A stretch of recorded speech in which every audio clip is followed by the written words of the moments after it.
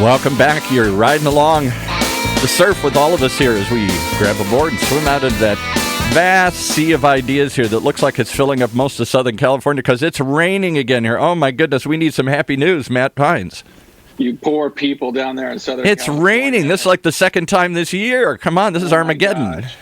This is Armageddon. It's spoken when it was like negative 40 and 400 degrees in your homeland of Minneapolis. I've been seeing pictures of some friends from mostly the upper Midwest, Chicago, Minnesota. I can't even fathom what negative 40 would feel like. How does it go down to zero, to nothing, and keep going? It goes below nothing. When I was a kid, it would go down to minus 20. I've been in minus 20, and that's miserable. I can't imagine really minus 40 or 35. I think it was minus 35 in Detroit the other day. It's ridiculous. I'm actually going to be in Chicago myself next week. For our radio show, and it's supposed to be. I think it's not going to be quite that cold, but I think the low next Thursday is still going to be like negative 18. It hurts to be that cold. It's dangerous at that level because even if there's a wind, you can freeze. Your lungs can freeze. It's crazy. But even at around minus 10, minus 20, your face just absolutely stings when you go out into the weather. Why would anybody live back there? Yeah, I'm just putting your beach drizzle in context. For those well, it's pretty bad. I know what they're suffering because, it went down to, it's probably 59 here right now. I've got the heat up and I'm getting ready to put my jacket on over here. All right, well, before we lose all of our Midwest listeners, we should probably move on and get started with the show. Thank you, everyone, for joining us on this Polar Vortex edition of Sales Pipeline Radio. If you're joining us live, I hope you are inside. I hope you are staying warm. As we record this, it is the last day of January. I can't believe tomorrow is February already. But for those of you grinding it out, hitting your number, trying to hit your number, and start the year off strong for January, thanks for joining us live in the middle of your workday on the Funnel Media Radio Network. For those of you that listen to the podcast, hope you had a great January and excited to have you join us. I think we have just now, as of this month, we have passed the 50,000 subscriber milestone for Sales Pipeline Radio, which is phenomenal. It's phenomenal and humbling and very, very cool. So thank you, everyone, for joining us. And every episode of Sales Pipeline Radio, past, present, and future, always available at salespipelineradio.com. We are featuring some of the best and brightest minds in sales and marketing, and today is no different. We are continuing EO month. Apparently, we had an EO, an entrepreneur organization member, and the founder of 1-800-GOT-JUNK last week, and today we have the co-founder, CEO of Guidant Financial, Dave Nilssen, joining us today. Dave, thanks so much for joining us on Sales Pipeline Radio. Yeah, thanks for having me. So excited to have you on the show. I've wanted to get you on for a while to talk about a number of topics. And, last week we talked an awful lot about entrepreneurism and talked about just sort of the tenacity it takes to just be a professional, but also be an entrepreneur. You have been doing this for a very long time. You've written your own book, Making the Jump into Small Business Ownership, which I would encourage people to check out. But really want to spend tonight want to just get into a conversation here with Dave Nilssen from Guidant Financial. They've been around for almost 16 years, helping small businesses grow with financing options. And they want to talk a little bit about sort of your entrepreneurial journey, before we get into sort of how you have built a sales and marketing engine. What was it about this topic that was a passion for you? And just give a quick story of sort of where you started and how you've gotten to this point today. Sure. Well, mine, like many entrepreneurs, was accidental. So I was developing real estate here in Washington State and had an opportunity to raise some additional funds. And as I was talking to an attorney one day, she suggested that I look at self-directed IRAs or retirement plans as a way to help people invest in real estate. And through a process of exploration and discovery, realized that not only can people invest retirement assets in real estate, but they can invest in things like small businesses and private mortgages and tax liens. And so we actually initially launched Guidant to help people do that, invest in alternative assets. Over time, though, what happened was my co-founder and I realized that we weren't really as passionate about those alternative investments as we were the businesses themselves. And so in the course of sort of figuring out what our model was going to be and connecting with our customers, we realized that the real gap in the marketplace was in helping individuals who were looking to buy or start a business and needed between about $100K and $1 million to do that. There was a real gap in terms of them being able to access capital. And so in addition to helping them use retirement assets, we've built an SBA capability and unsecured credit. And so we've sort of evolved as we went from, more traditional or alternative financial services to really a small business financing organization. But it was accidental. I actually have in my office here a piece of paper. They say people start businesses on the back of a napkin. I've got a drawing, and that was really our initial business plan from the get-go. That's fantastic. And one thing that stood out to me in that conversation is something I know a lot of people face either in their businesses or in their career, and it's the idea of a pivot, right? The idea that you see an opportunity and sometimes you move from what you were doing to something different. And I think in hindsight, those successful pivots always look like a slam dunk. In the moment, they're not always a clear-cut choice. Could you talk a little bit about that moment of making that pivot and sort of what you had to go through just sort of mentally to do that? And I think I'm thinking about that not just for those, that might be entrepreneurs or thinking about stepping out on their own, but people that are, looking at their own even sales and marketing careers and facing an opportunity that isn't certain, that it sometimes is scary. Yeah, I always love how we talk about it as a moment of time. Like there's this moment where you pivoted and everything changed. The reality is when I talk about the fact that our business shifted, that was a 5-year process.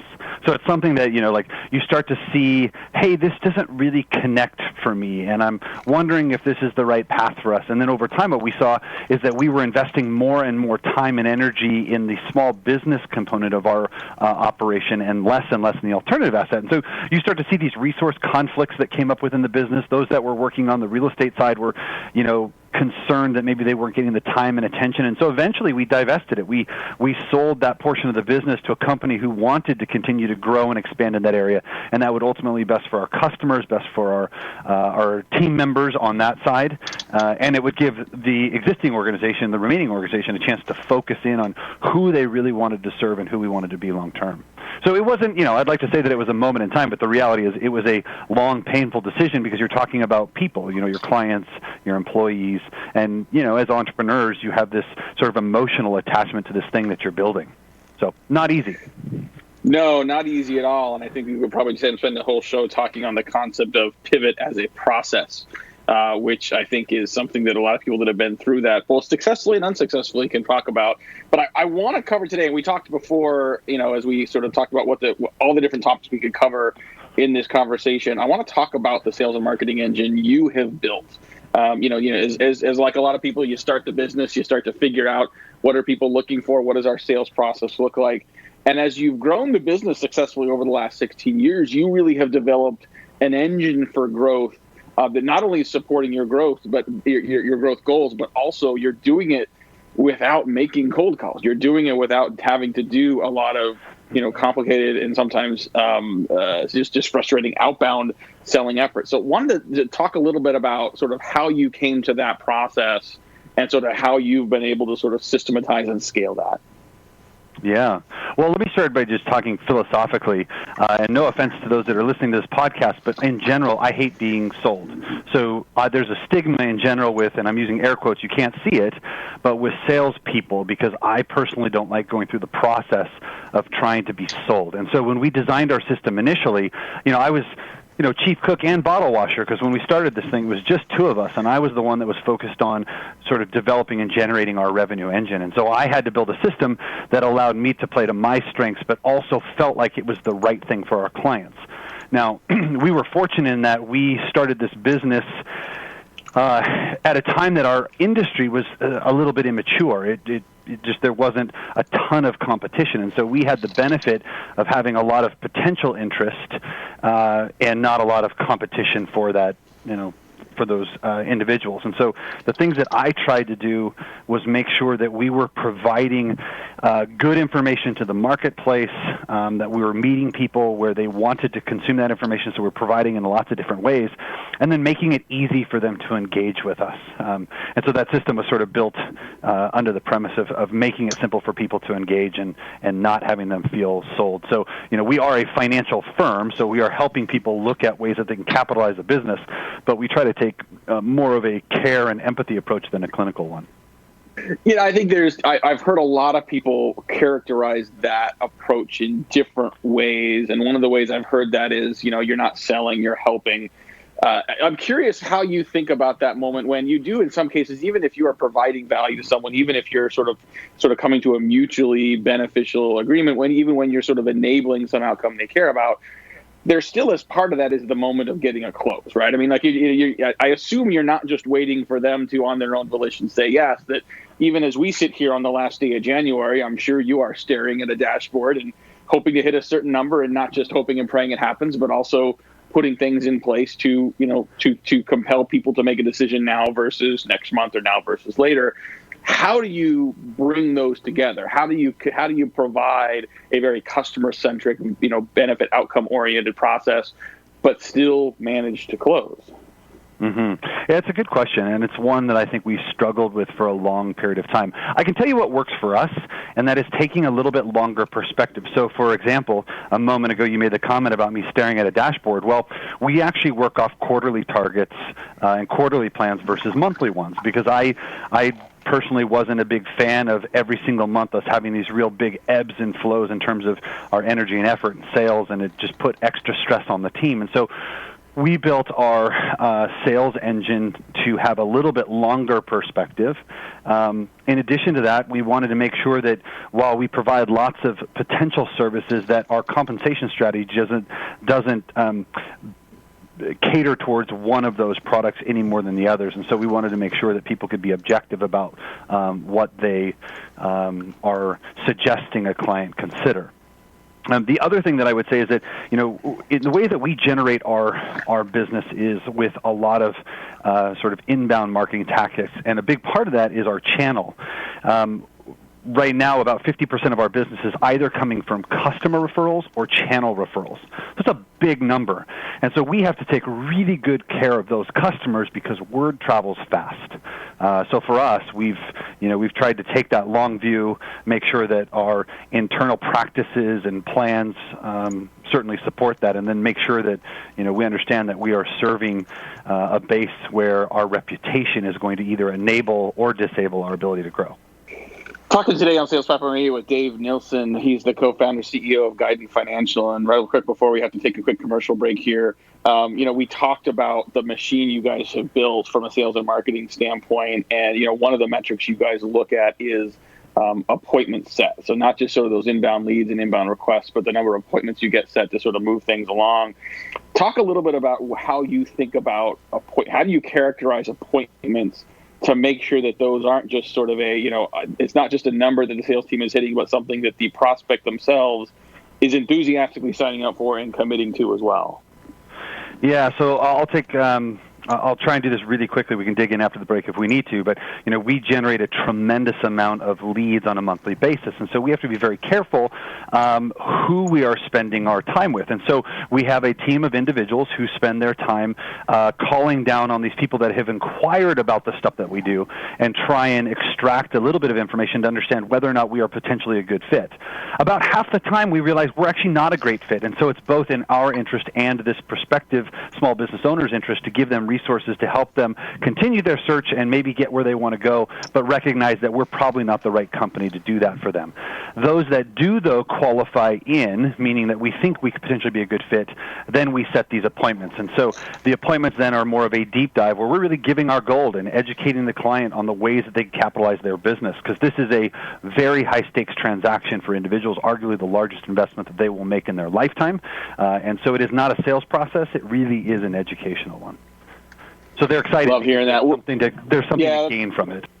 That's awesome. I think that's the only way you can do it and do it successfully is when, if you set an appointment with someone and that day comes and they've got, other fire drills and things that they're supposed to be doing, if they don't know why they're setting up to that appointment or what they're going to get out of it, it's a lot easier just to blow it off. But if they know they're going to learn, they're going to get some insights, they're going to get some value, they remain committed to the process and the appointment. Well, we got a lot more coming up here with Dave Nilssen, the co-founder and CEO of Guidant Financial. We're going to talk about the content strategy they've put together and how that's been so successful helping drive their inbound leads. We're going to be talking about internal culture and why that's so important to building a successful sales and marketing engine and why it's been so important to Guidant. We'll be right back after paying a couple bills here. This is Sales Pipeline Radio.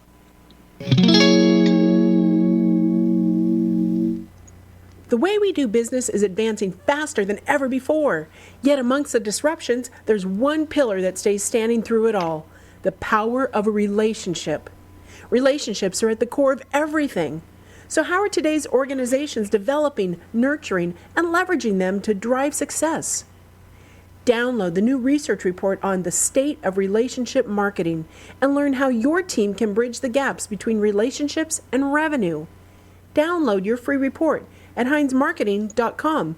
That's HEINZ marketing.com. All right, a little slow on the take here today. I have to work my way through the pouring rain here and the freezing cold and all that. So I'm just going to keep calling it beach drizzle, just if for no other reason, just in empathy with our friends in the Midwest today. Well, speaking of Midwest, next week on Sales Pipeline Radio, I will be joining you live from the heart of the vortex in Chicago, Illinois. I'll be out there with a client's marketing kickoff for the year. But Sales Pipeline Radio rolls on. We are going to be featuring next week Alex Shootman. He is the CEO of Workfront and has recently written and published a new book on not just hitting your number, but doing it the right way. And I've known Alex for a very long time, from back in his time at Eloqua, and he is one of my favorites in this topic of integrity and doing business and doing sales with integrity and doing business the right way. So very excited next week to have Alex Shootman join us on Sales Pipeline Radio. Want to continue our conversation today with Dave Nilssen, the co-founder and CEO of Guidant Financial. And I want to get to some of your content in a minute, because if anybody that's listening that is an entrepreneur or working in a small business, whether or not you're looking for funding, has an awful lot to learn from the content you create, and we'll point some of that out in a minute. But I want to talk about culture, because I think, that topic we're going to cover next week with Alex around, hitting the number but doing it the right way, I know is a big focus of yours with your co-founder and partner. Winning best places to work, I know, is a huge source of pride for you. Talk a little bit about the importance of culture and what you've done to build a culture that facilitates the sales success and growth that you've seen. Yeah, well, I say this to nearly every single new team member that we bring on. My personal belief is you spend more time at work than you do with your family. So you better enjoy what you do, believe in what you're providing to a market, and enjoy the people that you work with. So we work really hard to foster a culture here that is passionate about the entrepreneurs that we serve, wants to invest in the community that we all sort of live and work in every single day, and ultimately make a difference in the lives of these people that are starting businesses and creating jobs and taking ownership over their own life. So it's very important, because I would take personally someone that's a great cultural fit over a great skills fit any day.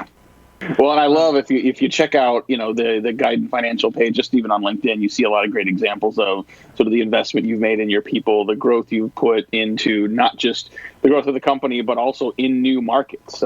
Just recently, I think it was just earlier this month, you guys launching a new office in Boise, Idaho, and really contributing to a number of different markets and providing jobs and great cultures for a lot of people. What you also see on that LinkedIn page is a lot of the great content you have. You just scroll down and you see topics on, the top 5 startups of last year and what you can learn from them. You see, the value of hiring with emotional intelligence. And there's a wide variety of content that, and I set this up somewhat not facetiously, but it is not about funding. It doesn't go right for the throat and say, would you like to, expand your business? Can we provide you funding?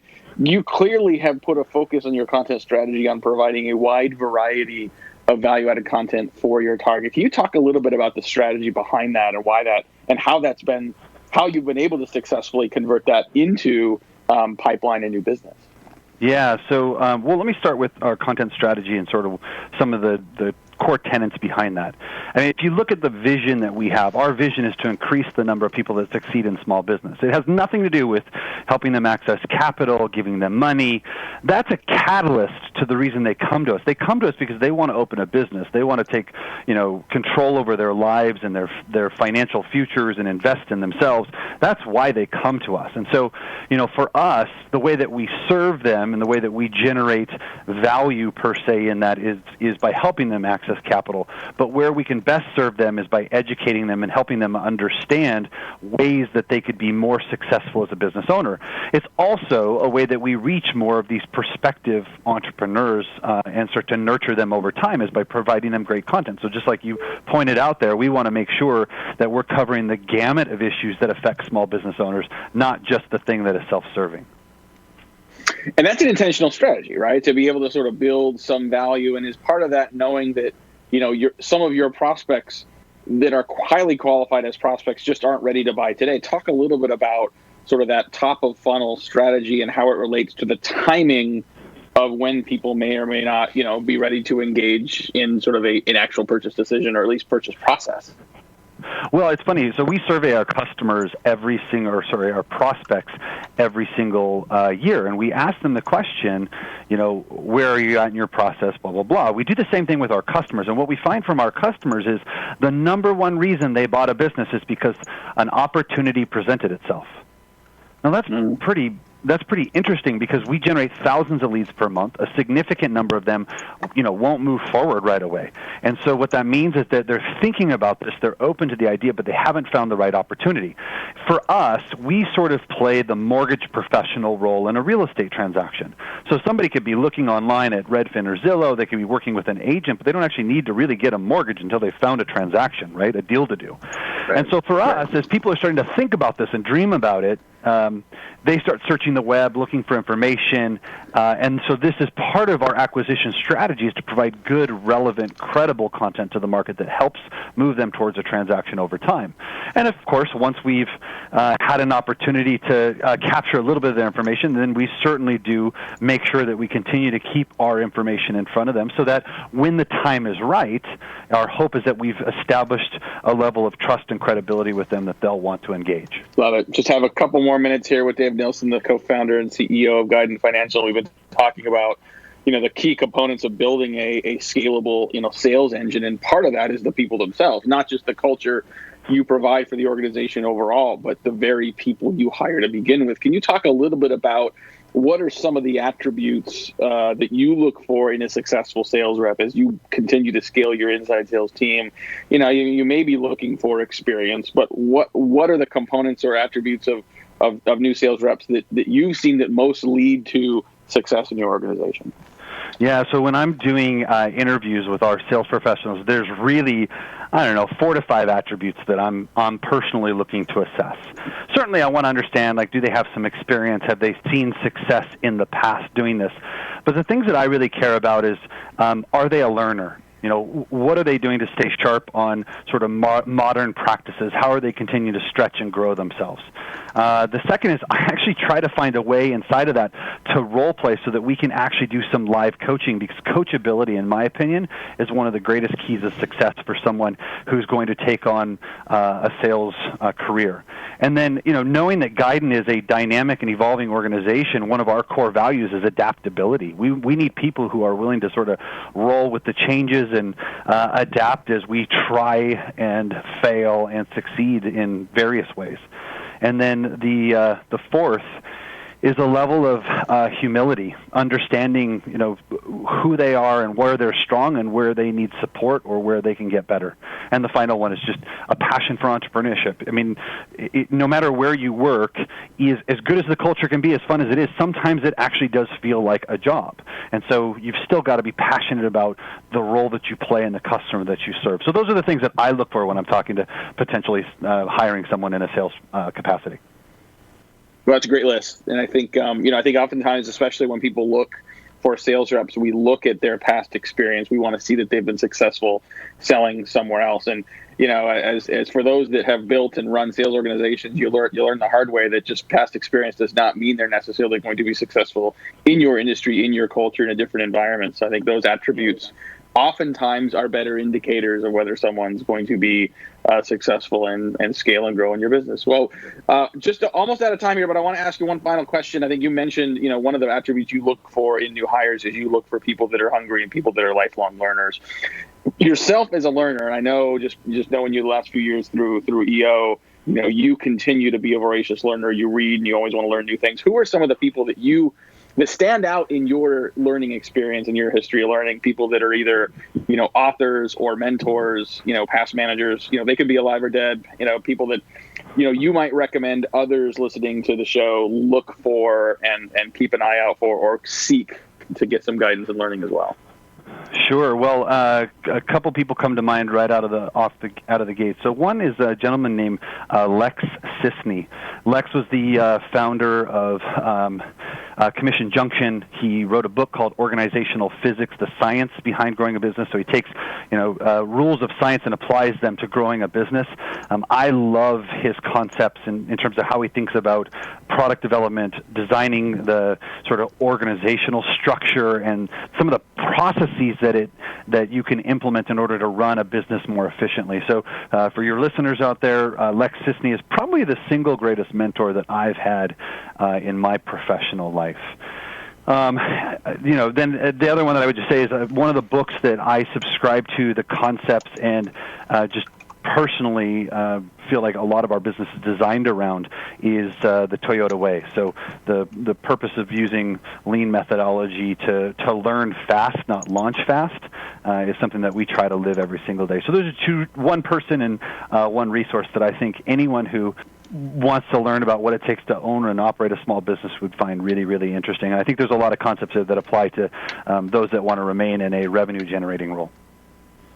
Love it. Well, thank you so much for that. We will put links to those resources in our show notes and in the blog post we put up on this as well. So if you liked what you heard today from Dave Nilssen on this episode of Sales Pipeline Radio, we will have this entire episode, of course, available on demand at salespipelineradio.com in a couple of days. We'll also have a summary of this conversation up on our blog at Heinzmarketing.com, along with links to the Guidant Financial webpage. You can see more of their content strategy firsthand, as well as some of the resources Dave's recommended that have been influential to him. So thanks so much, Dave, for joining us today.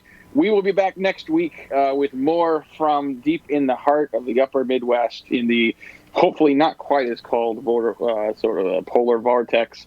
But very excited for our conversation with Workfront CEO Alex Shootman. We're out of time for today. Thanks so much for joining us for another episode of Sales Pipeline Radio. For my great producer, Paul, this has been Matt Heinz. We'll see you next week.